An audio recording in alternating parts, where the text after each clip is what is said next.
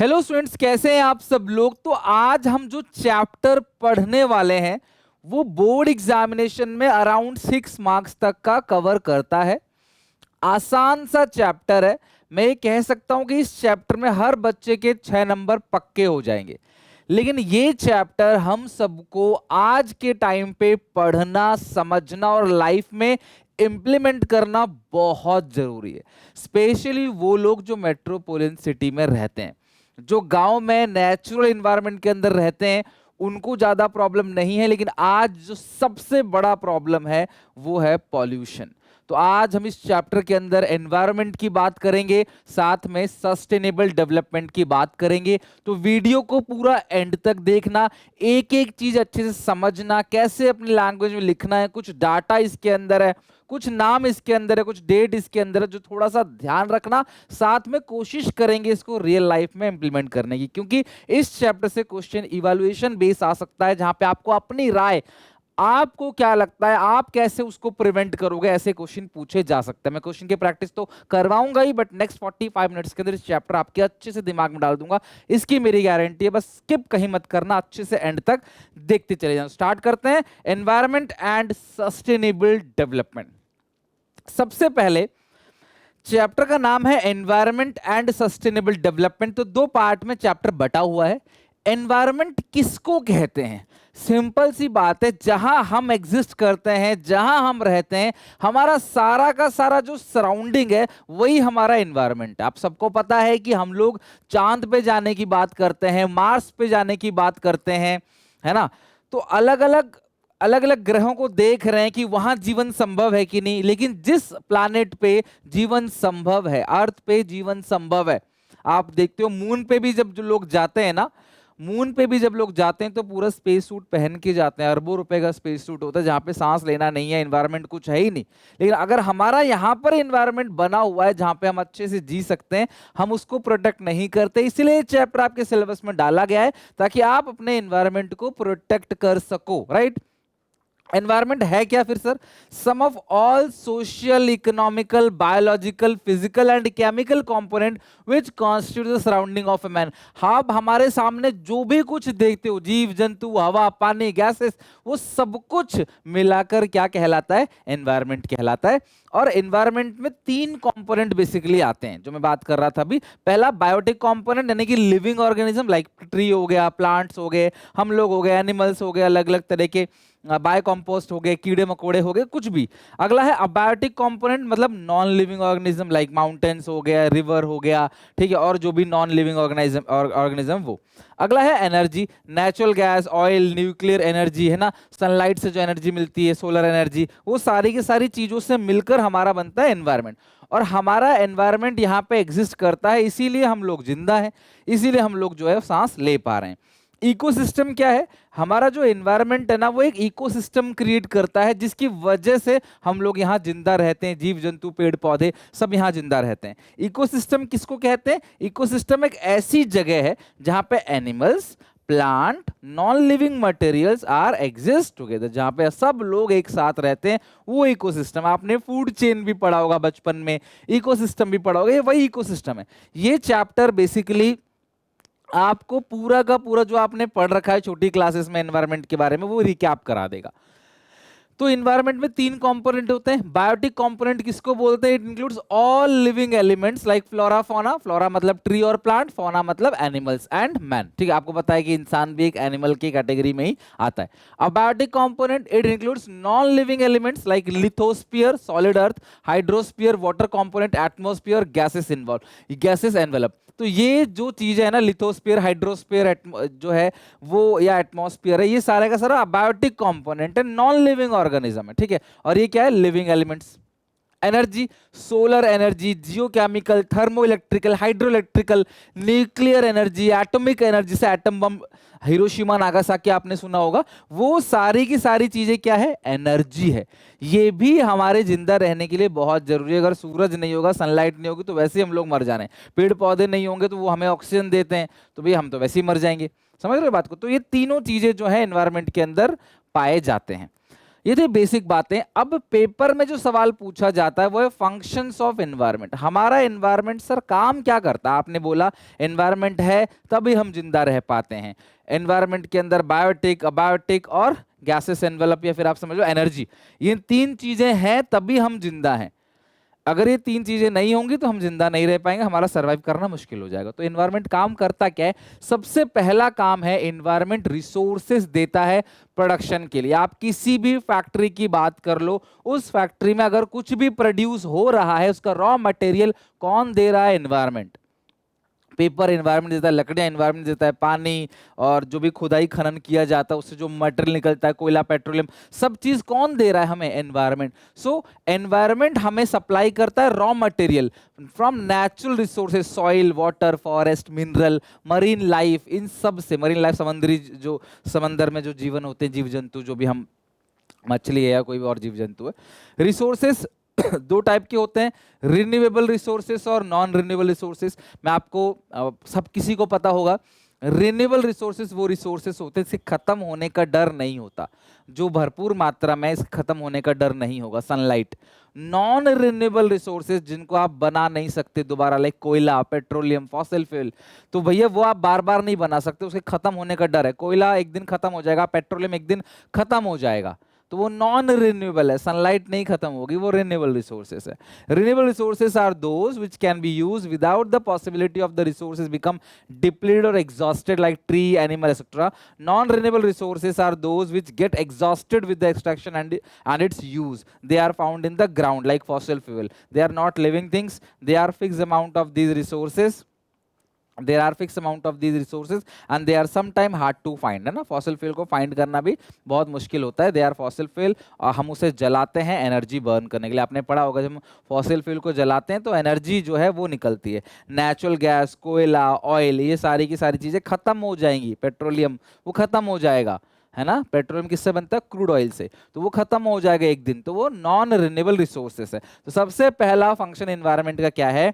Environment हमें resources देता है प्रोडक्शन के लिए। आज हम जितनी भी चीजें प्रोडक्शन कर रहे हैं, कारखानों में बन रहा है, उसका मटेरियल हमें एनवायरनमेंट ने दिया है। दूसरा, एनवायरनमेंट सस्टेन लाइफ। एनवायरनमेंट है तो हमारा इकोसिस्टम है और इसीलिए हम लोग जिंदा हैं। हमें एनवायरनमेंट लाइफ प्रोवाइड कराता है। Environment include sun, soil, water, air, which are the necessities of life.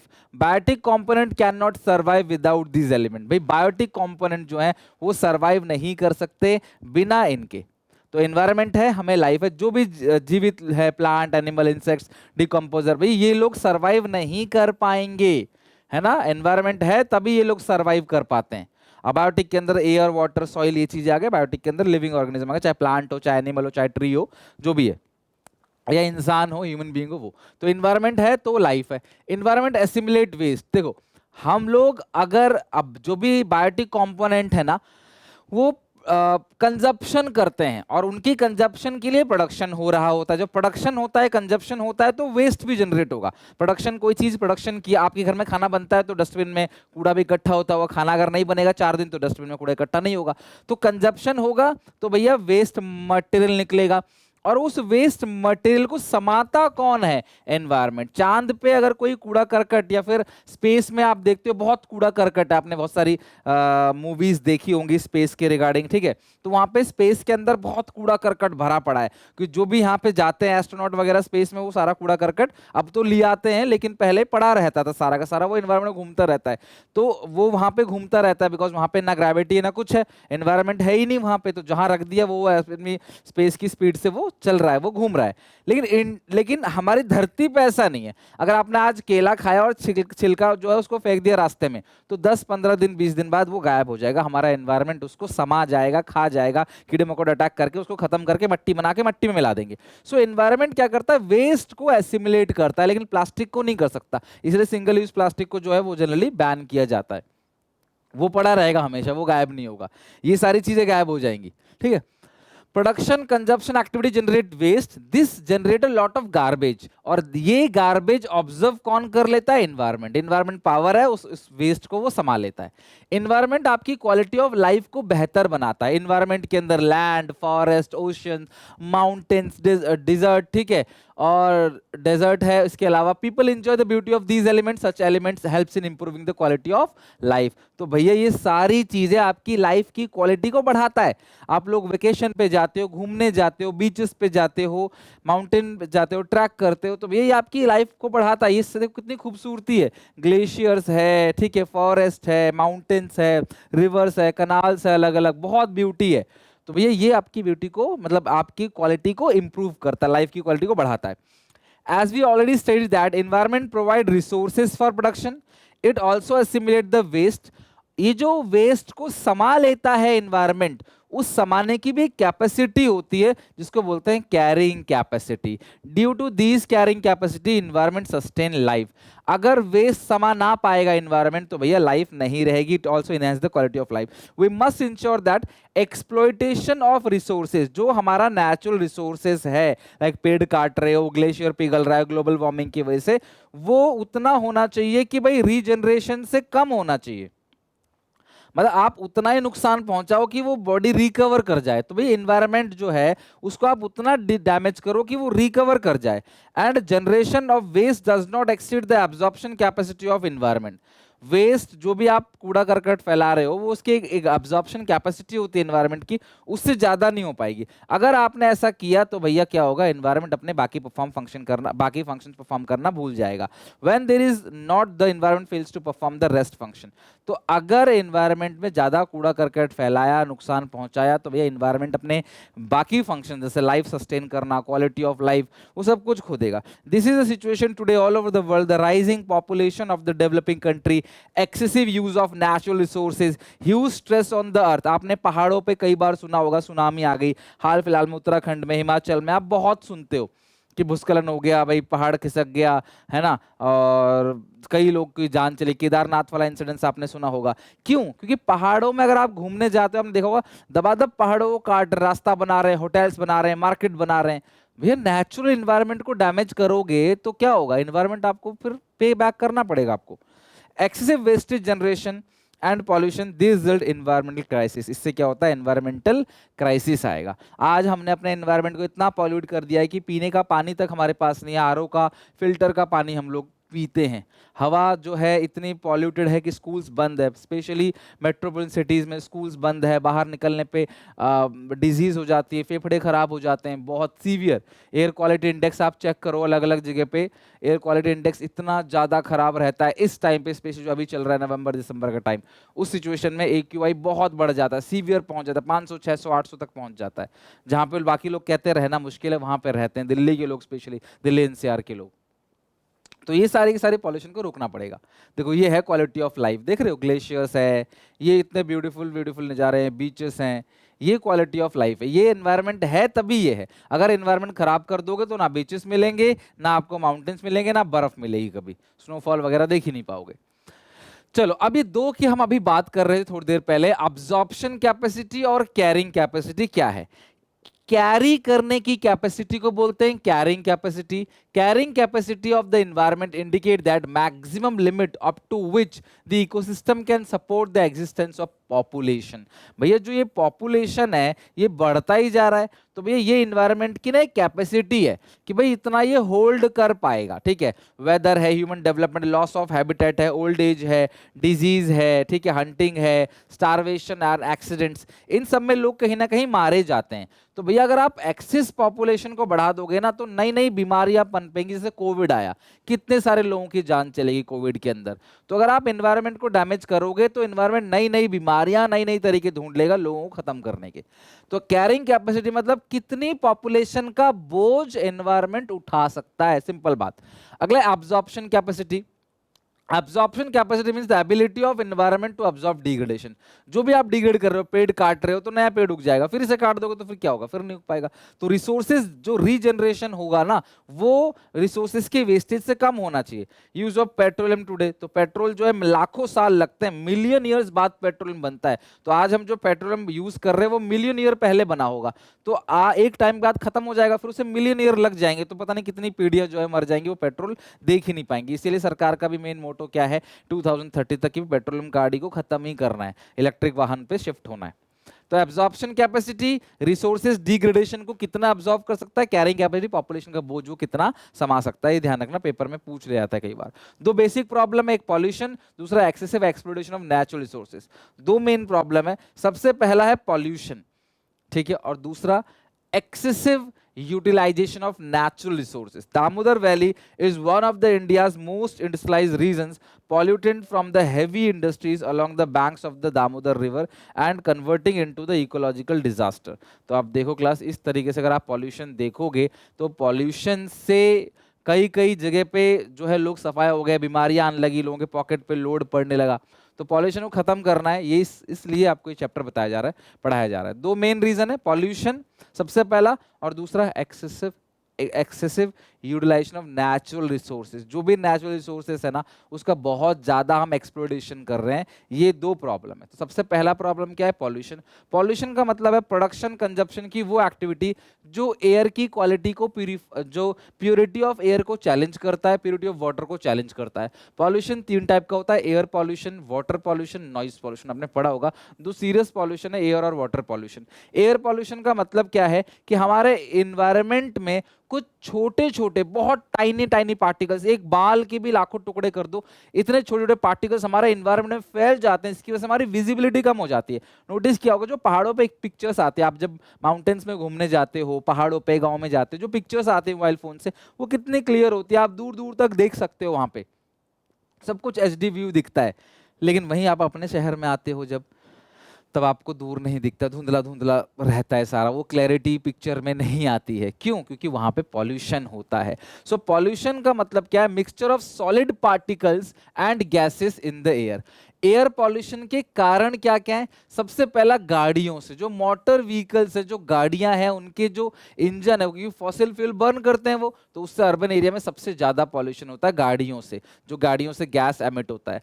Smoke emit by the industry, industry से जो स्मोक रिलीज होता है, बेसिकली जो कोयले को यूज करते हैं एज एन एनर्जी, कोयला जला के जो काम कर रहे होते हैं फैक्ट्री के अंदर, भैया वहां पे बहुत ज्यादा पॉल्यूशन होता है। हर कॉर्नर में मैन्युफैक्चरिंग इंडस्ट्री पाई जाएगी, जो large number of carbon dioxide, hydrocarbon chemicals को एयर में रिलीज करते हैं, जिससे एयर की क्वालिटी खराब हो जाती है। और हम सांस हर सेकंड में लेते हैं, तो सोचो पानी तो फिर भी हम हर एक दो घंटे पीते हैं, सांस हर सेकंड में लेते हैं, तो कितने बीमार पड़ेंगे एयर पॉल्यूशन से।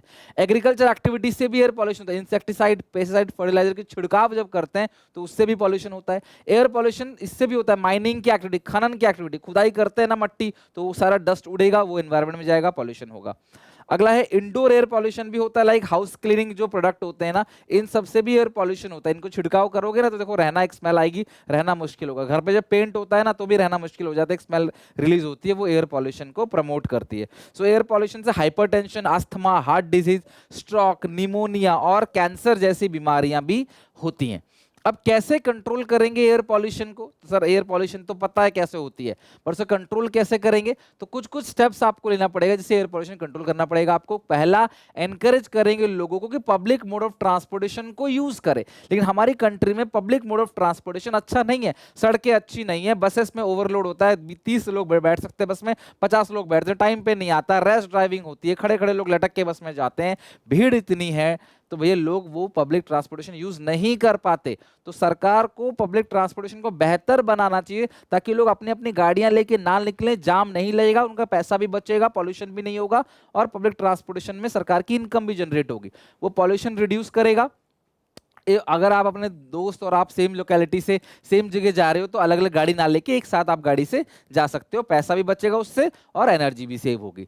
प्रमोशन ऑफ क्लीनर फ्यूल, जो क्लीनर फ्यूल है लाइक इलेक्ट्रिक कार, सीएनजी, इनको प्रमोट करो रेदर देन पेट्रोल डीजल। तो सरकार इसीलिए इलेक्ट्रिक कार पे सब्सिडीज भी देती है कि भैया आप इलेक्ट्रिक कार यूज करो, सस्ता पड़ेगा आपको, पेट्रोल डीजल यूज मत करो। बट क्योंकि ये नया है इंडिया के अंदर तो धीरे धीरे ईवी में और डिस्काउंट मिलेंगे, लोग खरीदेंगे, और अभी प्राइस थोड़ा ज्यादा है। फैन, लाइट, इन सब चीजों का बिना मतलब यूज मत करो, क्योंकि इससे आपका बिल भी बनेगा और उस बिजली को बनाने के लिए बहुत सारा फॉसिल फ्यूल, कोयला जलाया जाता है, जिससे पॉल्यूशन होता है। तो अगर आप बिजली का कम इस्तेमाल करोगे तो पॉल्यूशन भी कम होगा। क्लीनर एनर्जी यूज करो, लाइक सोलर एनर्जी का यूज करो, लकड़ियां मत जलाओ, है ना, सोलर एनर्जी का यूज करो, पीएनजी मत यूज करो, एलपीजी मत यूज करो, सोलर एनर्जी यूज करो। एज कंपेयर टू दैट बिजली की जगह सोलर एनर्जी घर पे यूज करो, समझ रहे हो? Use of cleaner fuel such as LPG in household to reduce the indoor air pollution. तो अगर घर पे लकड़ियां जला रहे हो तो एलपीजी बेटर है, एलपीजी से बेटर सोलर पैनल है। सोलर एनर्जी से ना जो खाना भी पकाते हैं, मतलब स्टोर करके कुछ होता है सिस्टम पूरा का पूरा। और अदरवाइज आप खाना पकाने के लिए अगर आप जला रहे हो चूल्हा, लकड़ियां जला रहे हो, जैसे गांव में होता है, तो भैया उसकी जगह आप एलपीजी यूज करो। उज्ज्वला योजना में सरकार ने एलपीजी गैस सिलेंडर घर घर तक पहुंचाए।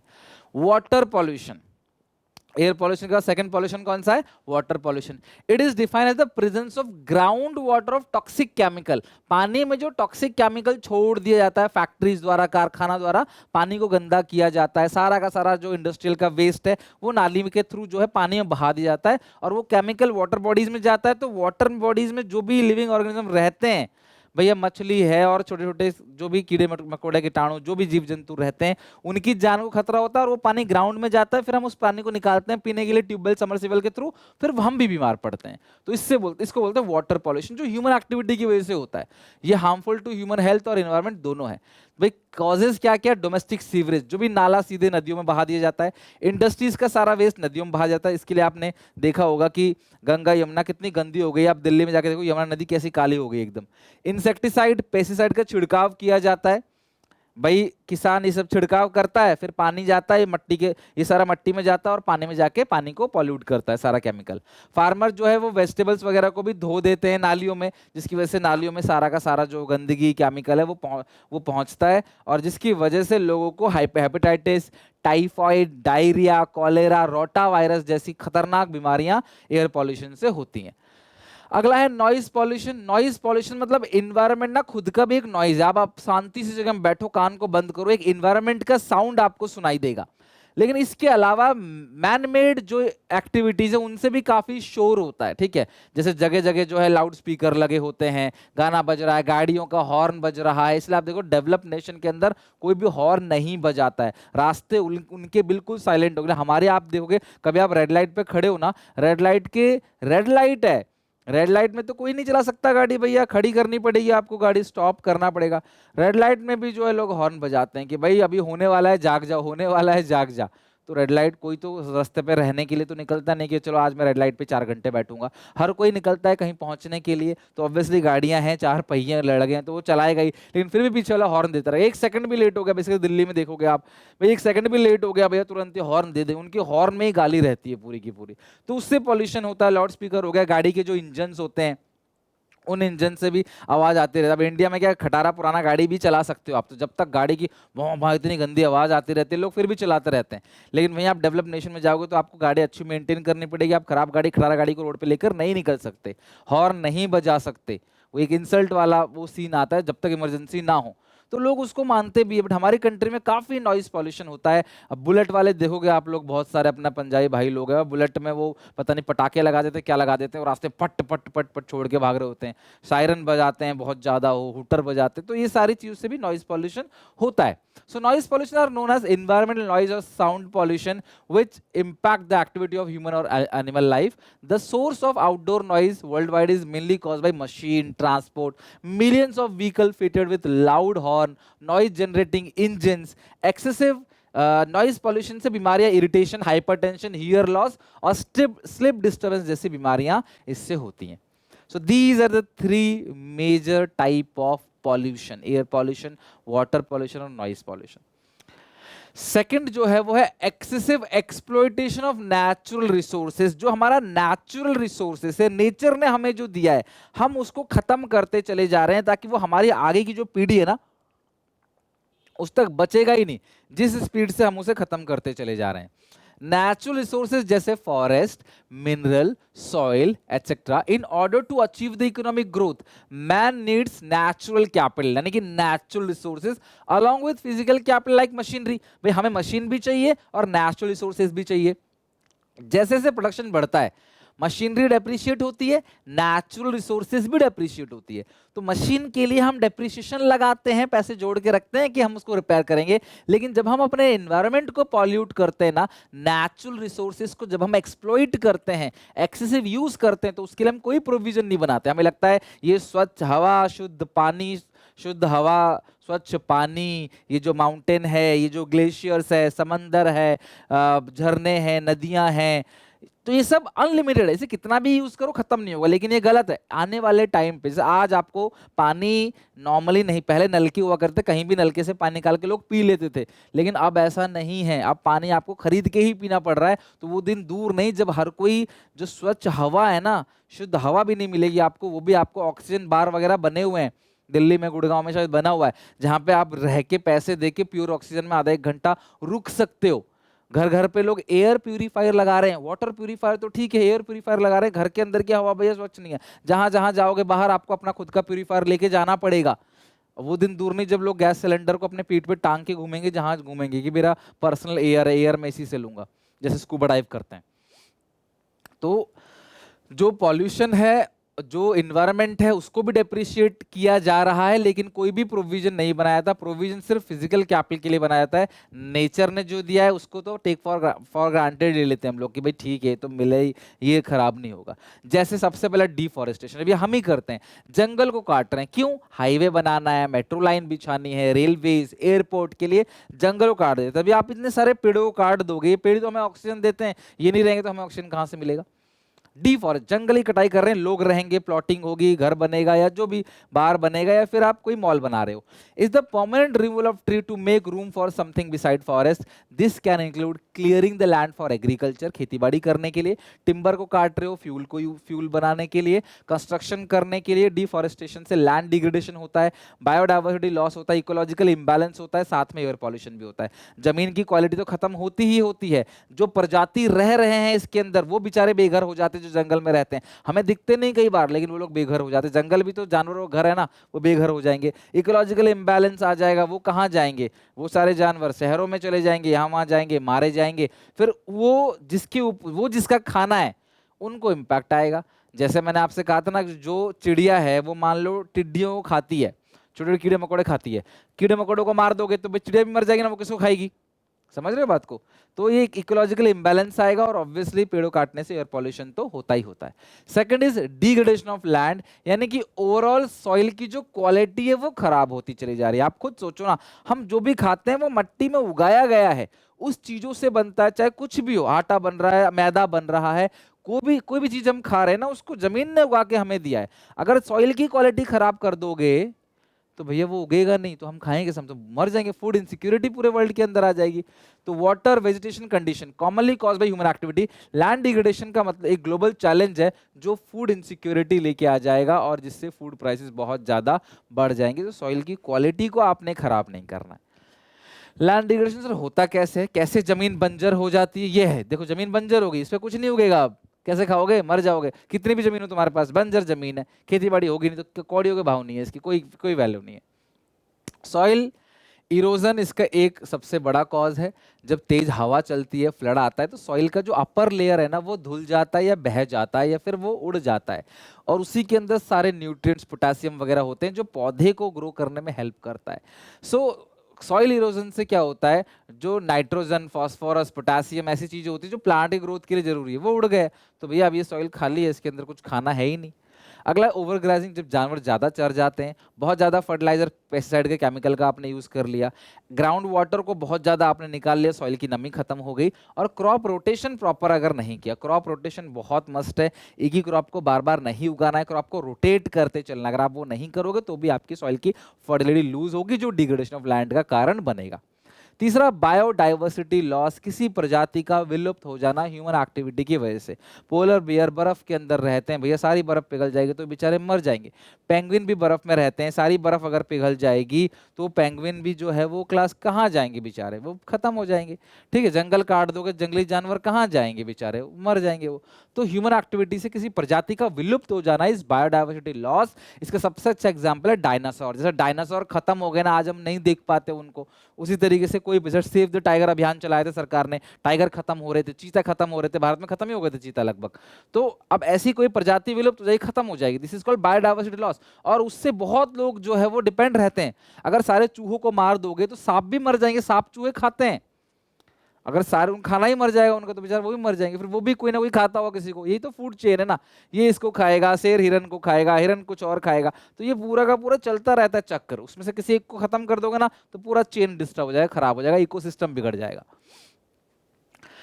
Biodiversity is the existence of number of different kind of animal plant which makes together a good and healthy environment. सारा का सारा जानवर प्लांट सब एक साथ रहते हैं, अच्छा environment बनाते हैं. Biodiversity loss is the disappearance of different type of species, चाहे animal हो, plant हो, worldwide, and also the local reduction or local species in certain habitat. Habitat मतलब उनके रहने की जगह जहाँ वो रहते हैं, वहाँ से कुछ जानवर, कुछ इंसान अगर विलुप्त हो जाए, कुछ नहीं जानवर, कोई पेड़ पौधे कुछ भी विलुप्त हो जाए, तो भैया वो बायोडाइवर्सिटी लॉस है. कुछ रीजंस हैं बायोडाइवर्सिटी लॉस के. सबसे पहला पॉल्यूशन. पॉल्यूशन इतना ज़्यादा होगा तो भाई लोग, जो जीव जंतु वो रह नहीं पाएंगे. Greenhouse effect leads to raise in temperature which makes difficult species to live. भैया देखो, अगर बहुत ज़्यादा गर्मी पड़ेगी, ग्रीन हाउस गैसेस, कार्बन बहुत ज़्यादा हम लोग रिलीज करते हैं. मीथेन हो गया, कार्बन हो गया, ठीक है, नाइट्रस ऑक्साइड, नाइट्रस ऑक्साइड हो गया, तो ओजोन हो गया. तो बहुत सारे केमिकल ऐसे हैं जो हमारे एनवायरनमेंट को गर्म कर रहे हैं, हमारा जो लोअर एटमॉस्फेयर है उसको गर्म करते हैं, जिसकी वजह से गर्मी बढ़ती है. ग्लोबल वार्मिंग, गर्मी कितनी ज़्यादा पड़ती है ना, और उससे लोग जो जीव जंतु है मर जाएंगे. बहुत ज़्यादा पॉपुलेशन ग्रोथ, ओवर कंजप्शन, है ना. आजकल देखो पॉपुलेशन इतनी बढ़ रही है, भाई सब लोग कहाँ रहेंगे, पेड़ों को काटना पड़ेगा, नेचुरल रिसोर्सेज को डिग्रेड करना ही पड़ेगा. जनता इतनी ज़्यादा है, पॉपुलेशन इतनी ज़्यादा बढ़ रही है, तो भैया ये कहीं ना कहीं ये भी कारण है बायोडाइवर्सिटी लॉस का.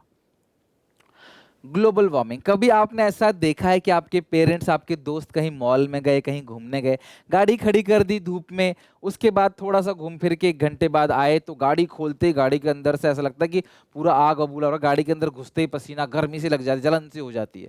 यही रीज़न है ग्लोबल वार्मिंग का भी. ध्यान से समझना, जब सूरज की किरणें धरती पर आती हैं तो वो टकरा के वापस ऊपर की तरफ चली जाती है, लेकिन ग्रीन हाउस गैसेस की वजह से हमारे एटमॉस्फेयर में एक थिक लेयर बन जाता है जो सनलाइट की रेज, ग्रेविटी खींच रहा है, नीचे तो आने देता है लेकिन ऊपर नहीं जा पाता. इस थिक लेयर की वजह से टकरा के फिर वो नीचे आता है. उसी तरीके से गाड़ी के अंदर धूप घुसती है लेकिन टकरा के बाहर नहीं जा पाती, तो अंदर ही अंदर गर्म हो जाता है टेम्परेचर. उसी तरीके से हमारा जो लोअर एटमॉस्फेयर है, सन की लाइट आती है और क्लास आके टकरा के वो यहीं रह जाती है, जिसकी वजह से यहाँ बहुत ज़्यादा गर्म हो जाता है. इसी चीज़ को बोलते हैं ग्लोबल वार्मिंग.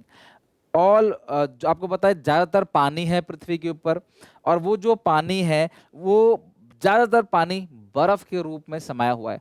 वो बर्फ पिघलती है, आपने पहाड़ों में भी देखा होगा, जो एकदम वाइट कलर की जो बर्फ गिरती है ना, वो देखना वो हवा में जा रहा होता है धुएं की तरह उड़ के. अभी देखना पहाड़ों पे नोटिस किया होगा आपने. तो देखो ग्लेशियर ना पिघलता चला जा रहा है. ग्लेशियर पिघलेगा तो पानी का लेवल बढ़ जाएगा और पूरी अर्थ जो है ना वो पानी में डूब जाएगी. ग्लोबल वार्मिंग, एक ये पॉइंट आ सकता है ग्लोबल वार्मिंग का मतलब क्या है कि एवरेज टेम्परेचर जो अर्थ के लोअर एटमॉस्फेयर का ना वो बढ़ता चला जा रहा है due to greenhouse gases. इसी को बोलते हैं ग्रीन हाउस इफेक्ट.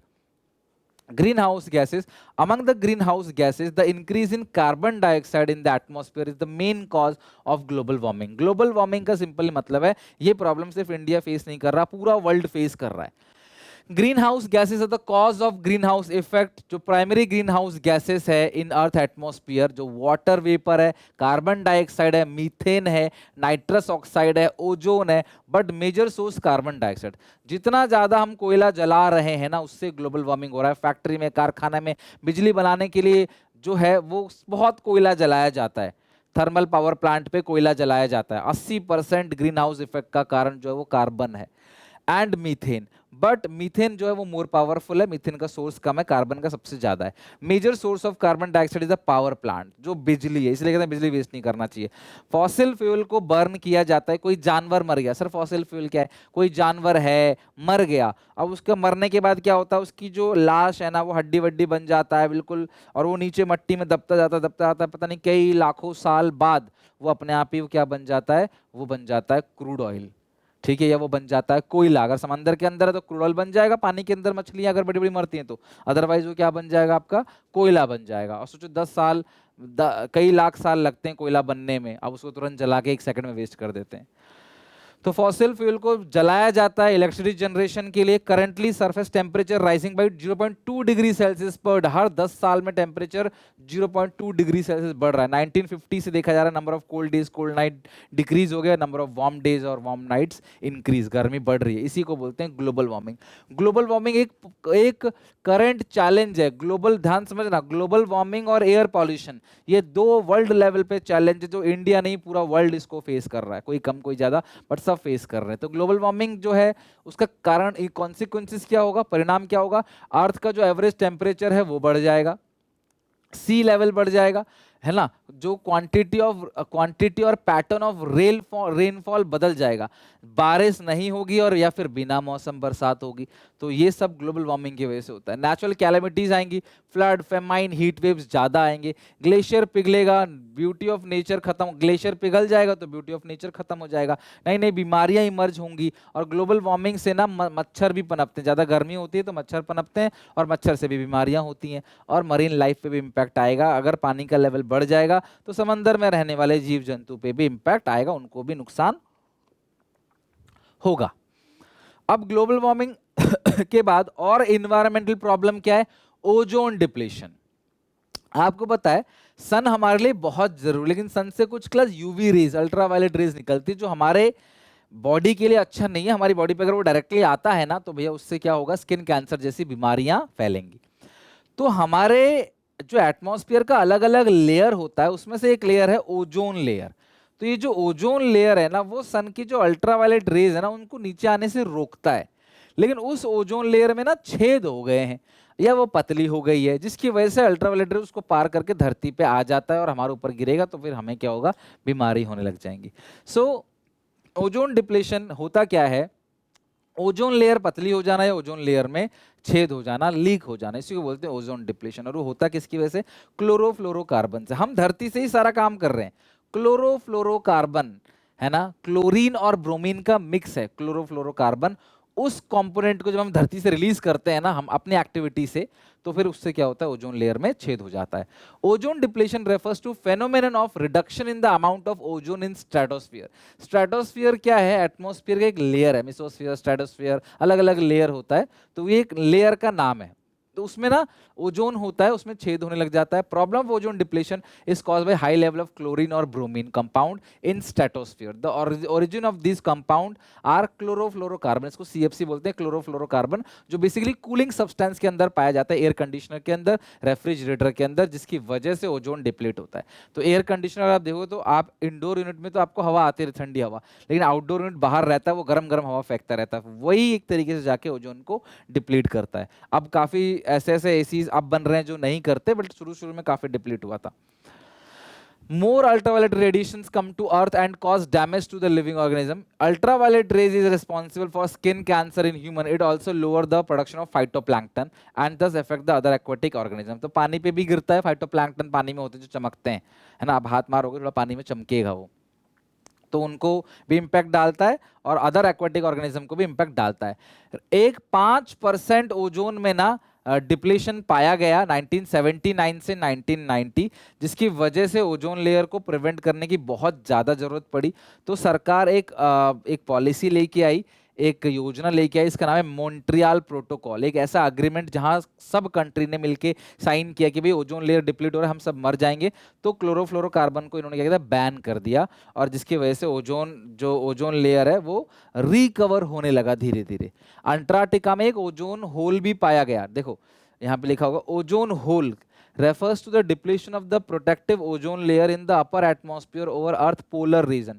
जो पोलर रीजन होता है, कई कई दिन इकट्ठे रात, कई कई दिन दिन होता है, पोलर रीजन बिल्कुल इस तरीके का जो अर्थ के बिल्कुल ये जो रीजन है, तो इस रीजन पे ना पाया गया कि छेद पाया गया। अंटार्कटिका वाले एरिया में जो पाया गया, छेद पाया गया कि भाई यहाँ पे तो ओजोन लेयर में छेद है।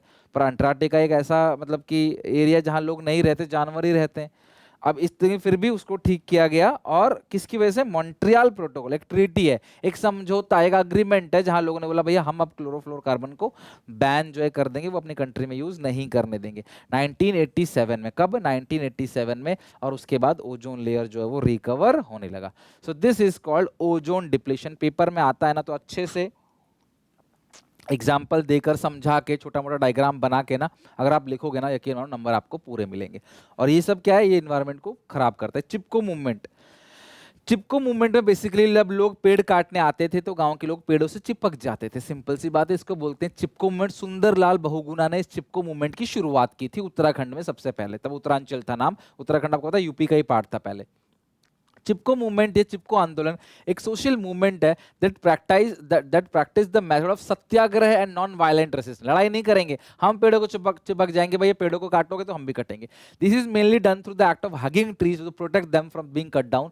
पहला चिपको मूवमेंट जो है विलेज मंडल विलेज में अलकनंदा वैली के पास उत्तराखंड में 1973 में शुरू किया गया था। फिर बाकी 5 साल में वो अलग अलग हिमालय के डिस्ट्रिक्ट में फैल गया। सुंदरलाल बहुगुणा याद रखना चिपको मूवमेंट के फादर है। कर्नाटका में भी ऐसी एक मूवमेंट चला गया, आपिको मूवमेंट, ठीक है, 8 सितंबर 1983 को, जहां पे पेड़ काटे जा रहे थे तो लोग सलकानी फॉरेस्ट सिरसी डिस्ट्रिक्ट के अंदर 160 man women children hug the tree and force the woodcutter to leave. लोगों ने पेड़ों को गले लगाना चालू किया, लकड़ी काटने वाले लोग इंसान को थोड़ी काटेंगे, तो वो चले गए। तो ये सत्याग्रह जैसा मूवमेंट है कि भैया हम शांति से पेड़ पे चिपक जा रहे हैं, आपको हम लड़ाई नहीं करेंगे, कुछ नहीं करेंगे, आप पेड़ मत काटो, नहीं तो हमें भी काटो। पेपर में सवाल पूछा आता है पीसीबी पॉल्यूशन कंट्रोल बोर्ड कब का है? 1974 का। एक पॉल्यूशन कंट्रोल बोर्ड बनाया जो बेसिकली वाटर और एयर पॉल्यूशन को कंट्रोल करने के काम करता है। ध्यान रखना, पॉल्यूशन कंट्रोल बोर्ड किसको कंट्रोल करता है? एयर और वाटर पॉल्यूशन को। अब पॉल्यूशन कंट्रोल बोर्ड का फंक्शन क्या है? To promote cleanliness of streams wells in different area. नदी, झरने, कुआं, इन सबको क्या करेंगे भैया? क्लीन करेंगे ताकि वाटर पॉल्यूशन ना हो। एयर की क्वालिटी को इंप्रूव करेंगे, एयर पॉल्यूशन को कंट्रोल करने के लिए कि एयर पॉल्यूशन ना हो। ये मास मीडिया के थ्रू लोगों को बताएंगे कि भैया पॉल्यूशन से कितना नुकसान हो सकता है, उसे कैसे रोकेंगे, कंट्रोल करेंगे, एयर वाटर पॉल्यूशन को कैसे कम किया जाएगा।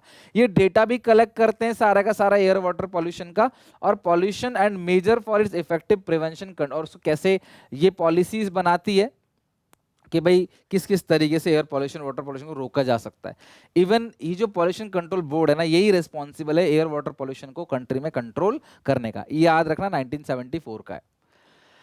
अब अब हमारा जो लास्ट टॉपिक है दैट इज सस्टेनेबल डेवलपमेंट।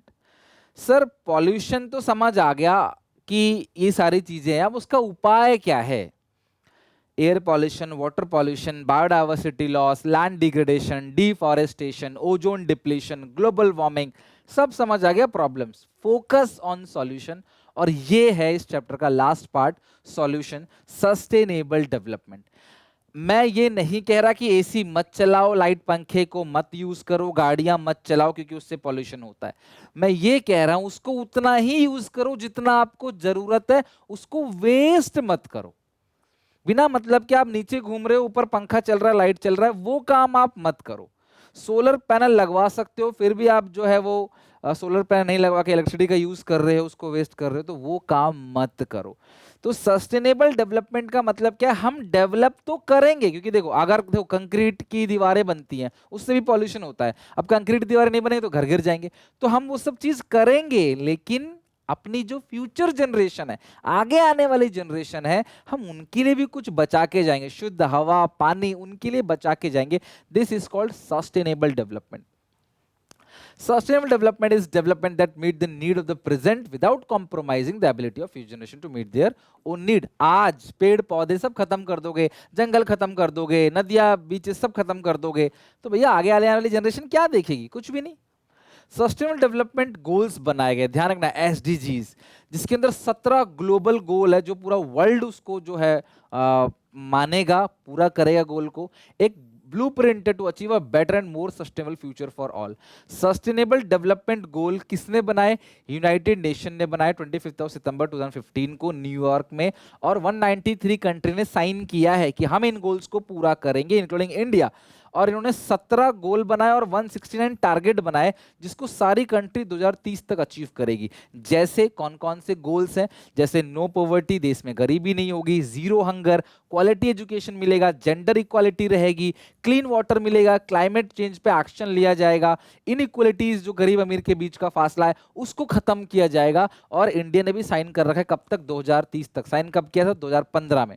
15 साल के अंदर सरकार 17 गोल्स को अचीव करेगी, ऐसा यूनाइटेड नेशन ने जो एसडीजीज बनाए हैं उस पे इंडिया ने साइन करा है। आप सोचो 5 साल के अंदर क्या आपको लगता है? मुझे बताना कमेंट में कि भाई ये सारी जीरो पॉवर्टी हो सकती है, जीरो हंगर हो सकता है, मुझे बताना कमेंट्स में।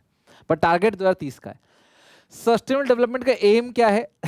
देखो, sustainable and equitable use of resources, की जो रिसोर्सेज हम यूज कर रहे हैं ऐसे यूज करें कि वो वेस्ट ना हो, इक्विटेबल है हम भी यूज करें, आगे आने वाली जनरेशन भी यूज करे, to meet the need of the present and future generation without causing damage to the environment.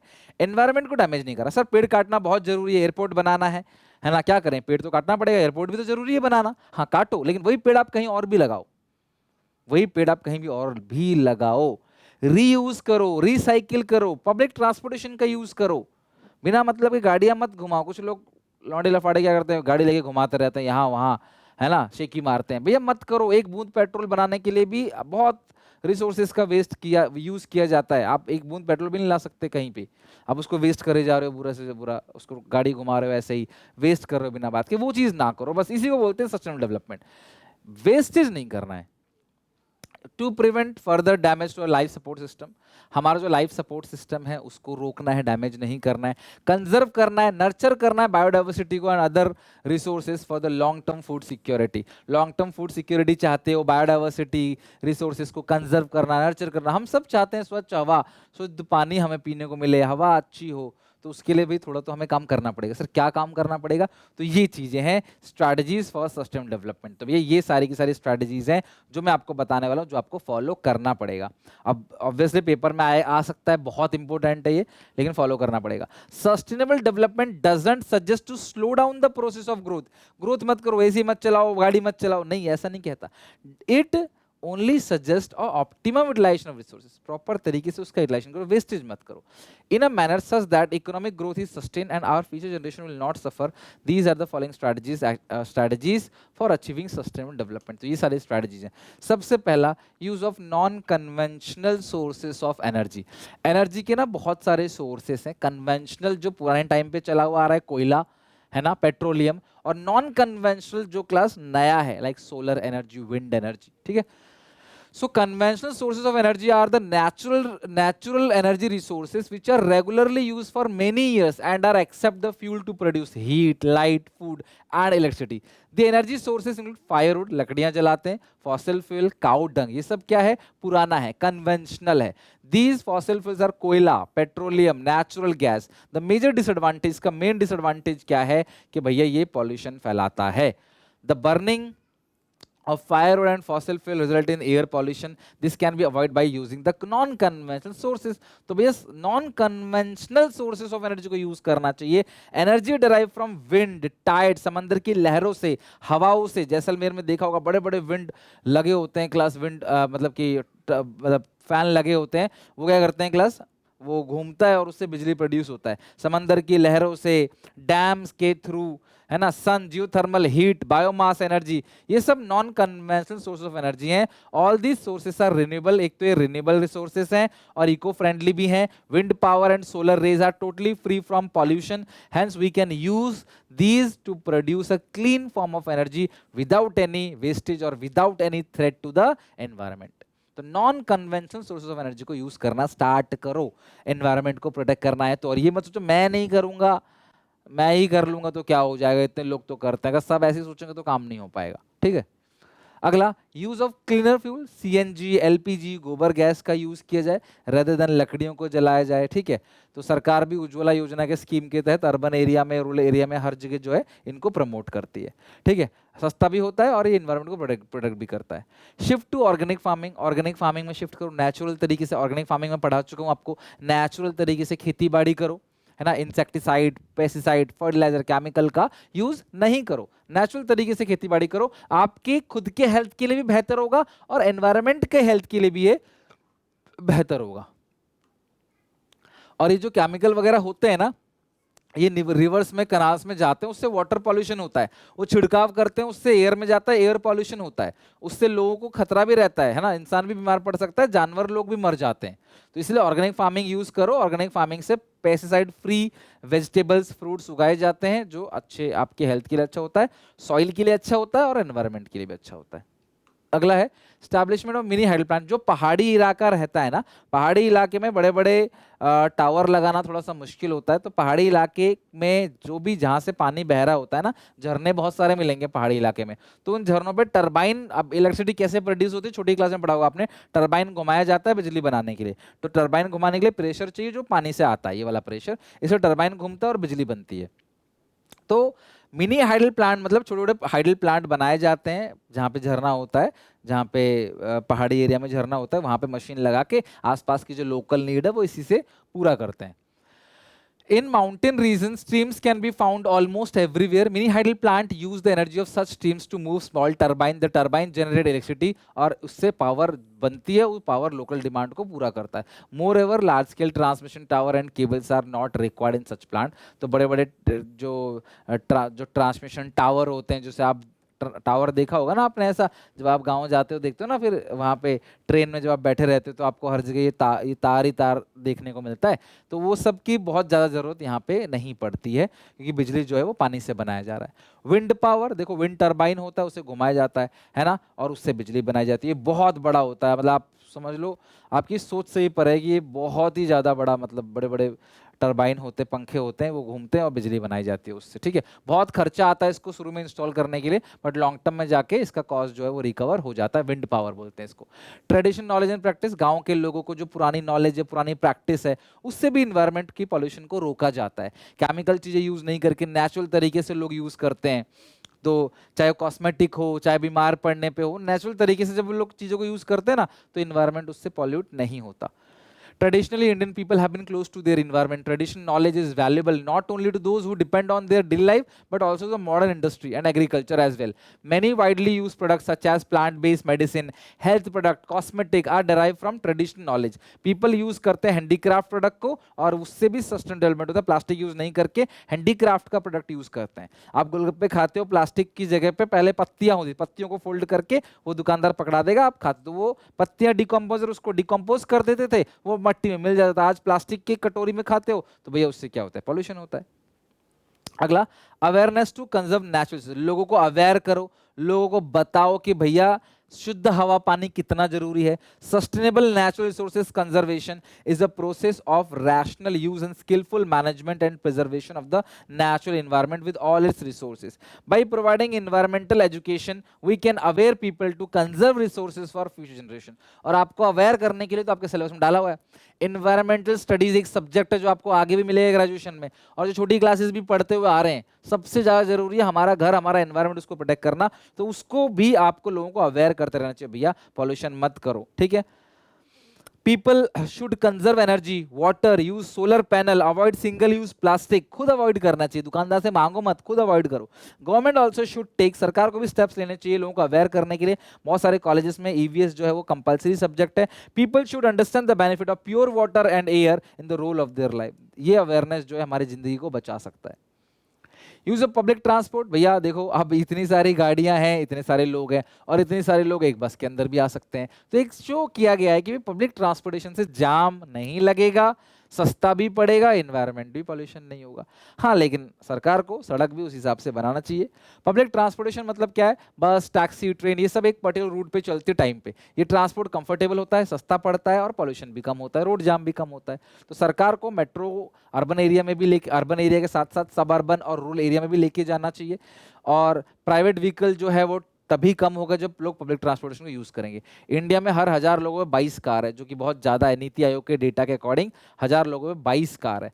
तो पब्लिक ट्रांसपोर्टेशन को अगर बेहतर बनाया जाएगा, पॉल्यूशन कम होगा। सरकार VS4 के जो इंजन है, इंजन की जो डीजल की गाड़ियां, उनको बैन कर रही है। अब दिल्ली में देखो ना, ये गाड़ी नहीं आ सकती, इतनी पुरानी गाड़ी नहीं आ सकती। अभी स्क्रैप का एक वो लागू कर देते रूल कि भाई पुरानी गाड़ी जो है वो स्क्रैप कर देगी सरकार। ये सब की जरूरत ही नहीं पड़ेगी अगर आप अपना जो मतलब कि जो पब्लिक ट्रांसपोर्टेशन सिस्टम उसको आप बेहतर कर लो। The use of public transportation by making law related to the production of environment। Delhi government ने क्लास एक बार ऑड इवन स्कीम भी लागू किया था इसको, ये सब नॉलेज के लिए है, पेपर में नहीं पूछेगा।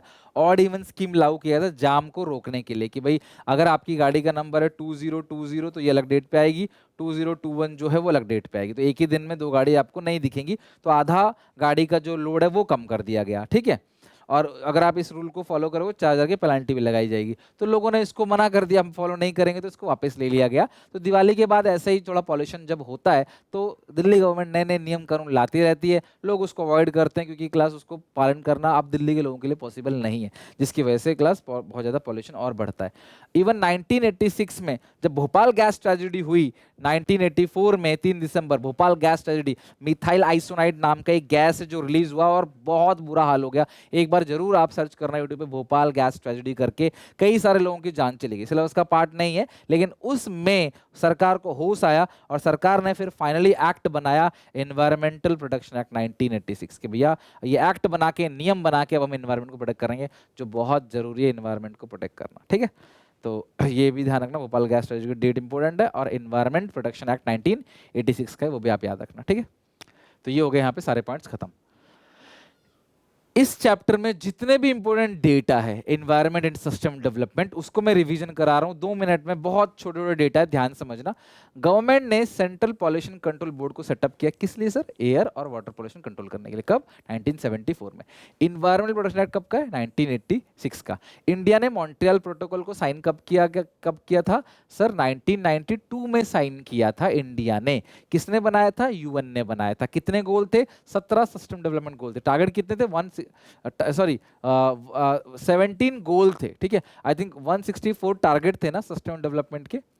सस्टेनेबल डेवलपमेंट टारगेट कितने थे एक बार देखो, 17 गोल्स और हाँ 169 टारगेट थे। 17 गोल थे और 169 टारगेट थे, ध्यान रखना, जिसको अचीव कब करना था? 2030 में। सस्टेनेबल डेवलपमेंट गोल कब बनाए गए थे? 2015 में। Compress natural gas, full form है सीएनजी का, एलपीजी लिक्विफाइड पेट्रोलियम गैस।